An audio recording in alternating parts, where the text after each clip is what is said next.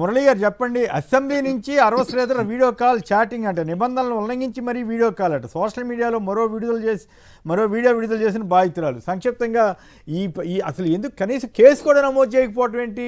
కరెక్టా కాదా అనేది విచారణ చేయమనండి, ఏదైనా చేయండి, కేసు అయితే రికార్డ్ చేసుకోవాలి కదా. Correct sir.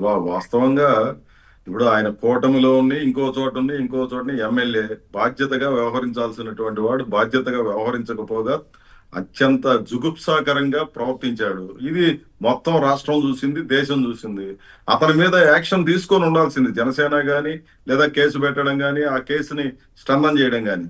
ఏదో ఒక ఆమె మహిళ ఆరోపణలు చేసింది కాబట్టి ఆమెను రౌడీ అని, సంఘ వ్యతిరేక శక్తి అని చెప్పి, లేదా ఆమెనేదో పెద్ద భూతంలాగా చూపించడం కోసం ఒక తీవ్రమైనటువంటి ప్రయత్నాన్ని చేస్తున్నారు. ఇది చాలా అన్యాయమైనటువంటిది.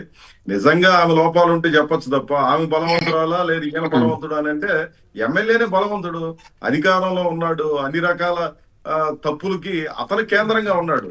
అతని మీద కేసులు పెట్టి విచారణ చేసి ఆ తర్వాత నిర్ణయాలు చేయాల్సింది. ముందుగానే తీర్పులు చెప్పేసినట్టుగా ఒక మహిళకు వ్యతిరేకంగా ఈ రకమైనటువంటి పద్ధతుల్లో ప్రవర్తిస్తున్నారు. ఇది పూర్తిగా తప్పుడు వ్యవహారంగా నేను భావిస్తున్నాను. అసెంబ్లీ నుంచి కూడా వీడియో కాల్ చేశారట, అది విశేషం. అదే ఆయన ఎక్కడి నుంచైనా చేస్తాడు. ఒక విలువలకి వలువలోడ తీసిన మనిషిగా మన కళ్ళకి ఎదురు కనిపిస్తున్నాడు ఆయన. విలువలకే కాదు, ఆయన కూడా వలువలు తీసుకొని మరి మనకందరికి కనిపించాడు కదా. ఇంకా అంతకంటే ఆయనకేమి ఉంటాయి? ఆయనకి అసెంబ్లీ రాజు టైం అయిపోయింది, సంక్షిప్తంగా ఒక మాటలు సార్ ఆరవ శ్రీధర్ గారి గురించి ఆయన మాట్లాడారు. బొలిశెట్టి సత్య గారు ఇందాక మీరు ప్రస్తావించారు కాబట్టి చెప్తున్నా. రాష్ట్ర వ్యాప్తంగా కూడా జనసేన పార్టీకి అన్యాయం జరుగుతుంది అన్నటువంటి విషయం నేను అనేక సార్లు మాట్లాడాను.